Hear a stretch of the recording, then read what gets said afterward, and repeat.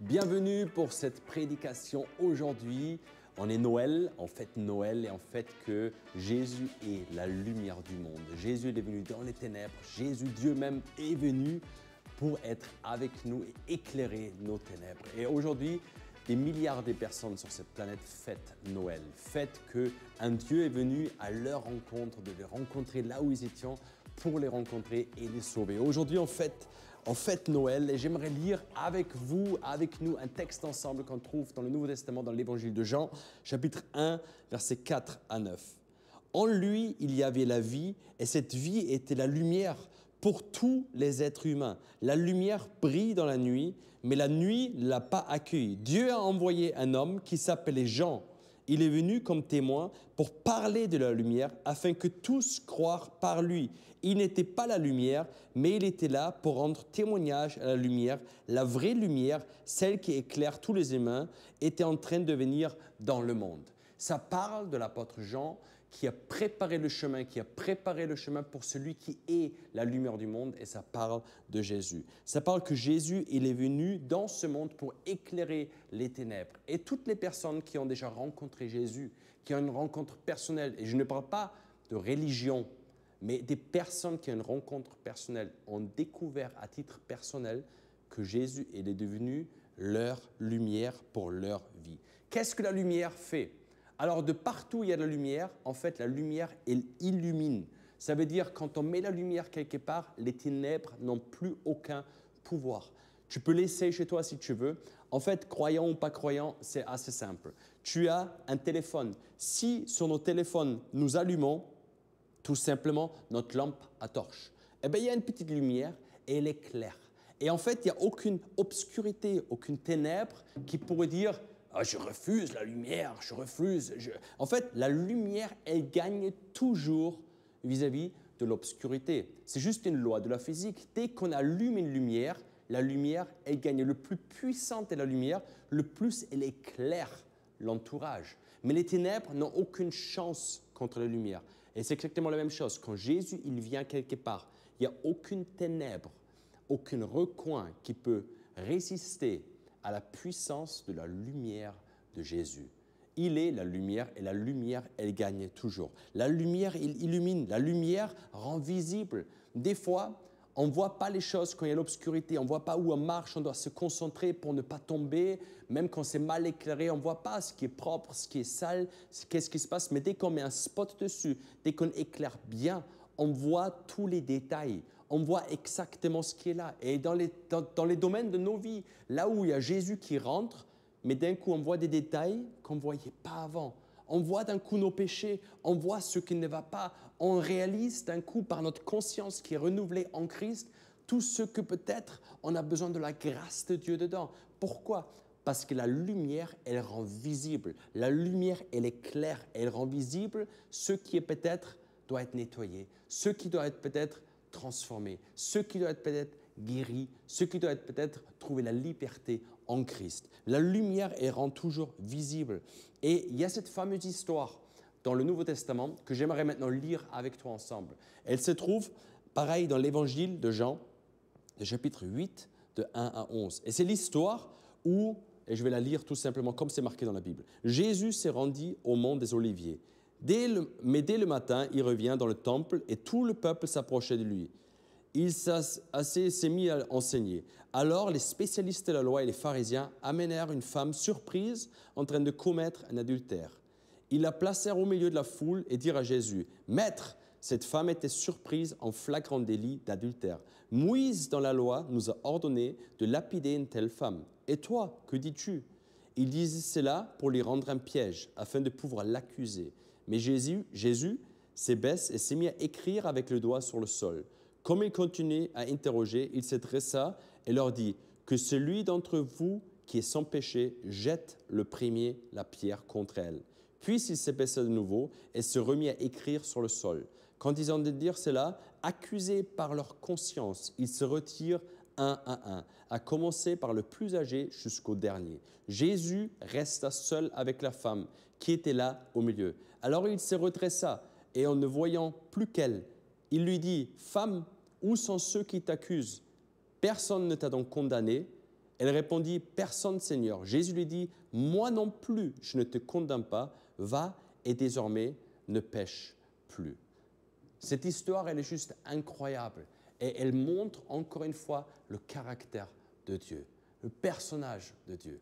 En fait, ce qu'on voit là, que Jésus il vient au temple et il enseigne. Et là, ils viennent avec une femme en train d'avoir été surpris, en train de commettre l'adultère. Ça, c'est des mots qu'on utilise très rarement aujourd'hui. En gros, qu'est-ce que s'est passé? C'est une femme et un homme qui ont une relation sexuelle hors du cadre du mariage ensemble. Et à cette époque-là, c'était interdit et puni par la loi, comme appelée la loi de Moïse. Et elle a mérité, elle, comme son mari, pas que elle, mais comme toujours, quand il y a des problèmes, les hommes ne sont plus là. Petite blague. Mais en fait, pourquoi il n'y a que la femme? Il est où l'homme? Il s'est enfui, il est où? Mais là, cette femme, elle était amenée au tribunal public avec un jugement qui était selon la loi, la lapidation. Veut dire, on te tue en te jetant des pierres dessus. Ça veut dire une mort atroce. C'est horrible, en fait. Et là, elle a eu ce jugement que je suis coupable. J'ai fait une erreur. Je savais que j'ai fait quelque chose qui était interdit par la loi. Et maintenant, je mérite, en fait, le jugement de ce que la loi m'impose. Nous, on vit en France ou dans un autre pays francophone, là maintenant, et en fait, on a des lois selon nos pays, et quand on ne respecte pas la loi, ben, on risque, en fait, des punitions ou des amendes ou des conséquences parce on freine la loi. Et en fait, on doit vivre avec les conséquences. Et là, la loi de base nous montre toujours que si on ne la respecte pas, nous sommes coupables. Et à cette époque-là aussi, cette femme, elle a reçu le jugement, elle savait que je suis coupable maintenant.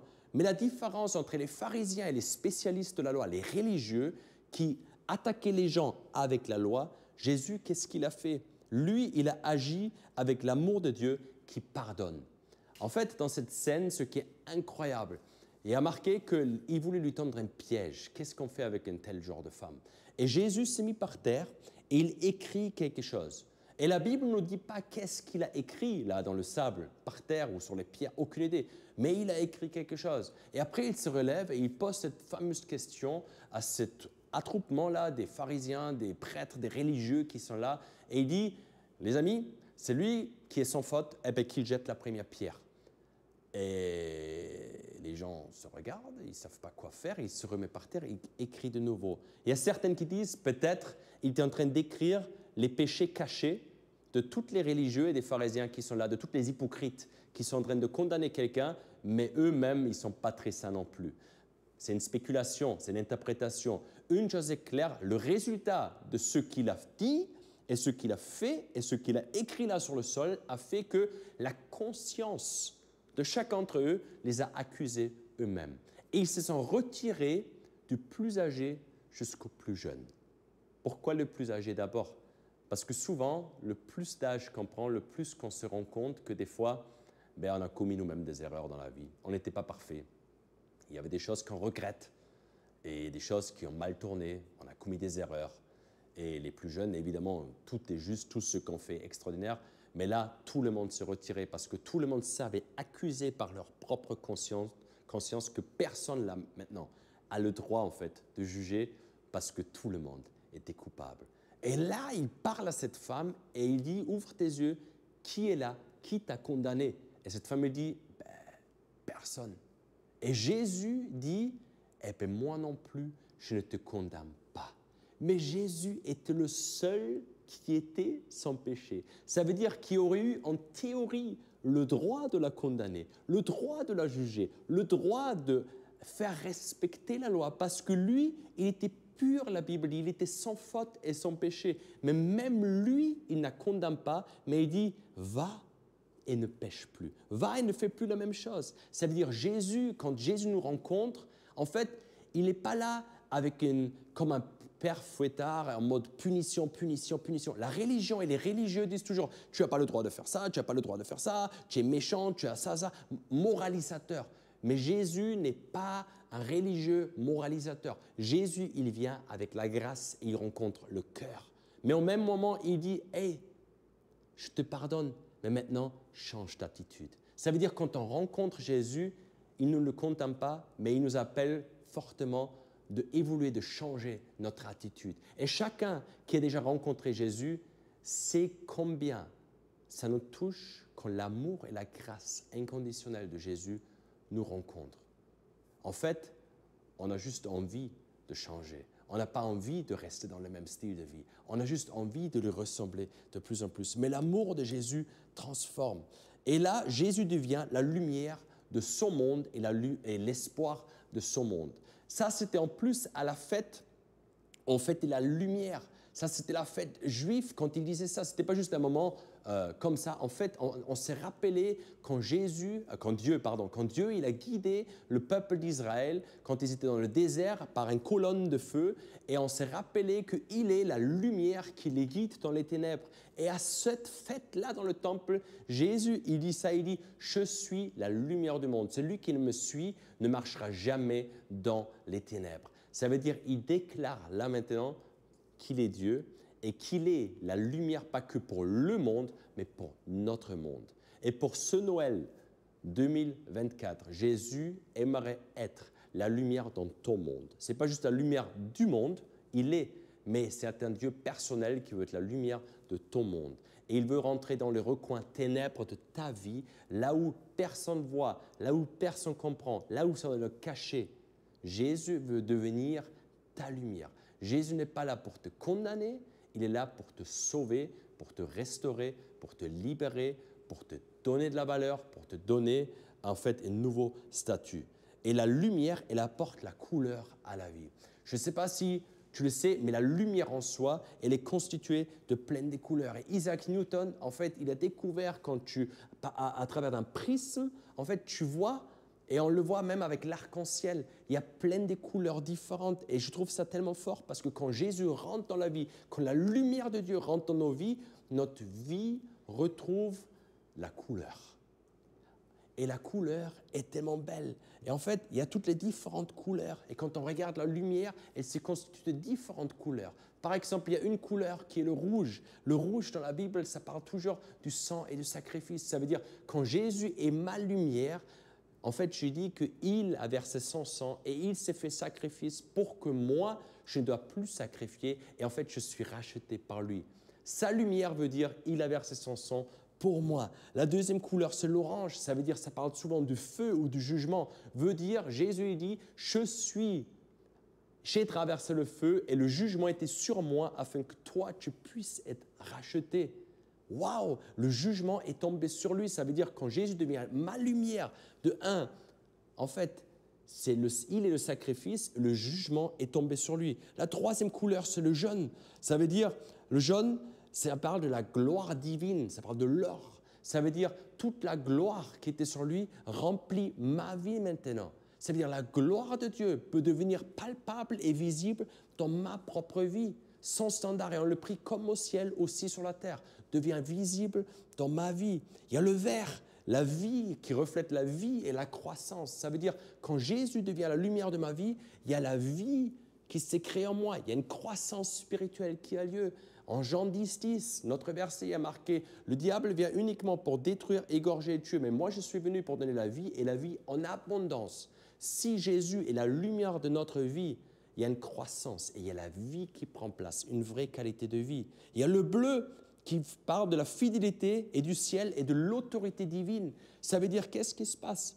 On voit un Dieu fidèle dans notre propre vie. Quand Jésus devient la lumière de ma vie, je peux expérimenter sa fidélité et je vois le ciel ouvert et je vois aussi l'autorité de Dieu dans ma vie. Même si les circonstances sont défavorables, je peux expérimenter que mon Dieu est fidèle et qu'il y a une autorité supérieure qui travaille en moi et au travers de moi parce que c'est sa promesse quand il devient la lumière de ma vie. Il y a la couleur de l'indigo, veut dire la sagesse spirituelle. Ça veut dire qu'il me donne une sagesse différente que la sagesse de ce monde. La sagesse selon la Bible, c'est la crainte de Dieu.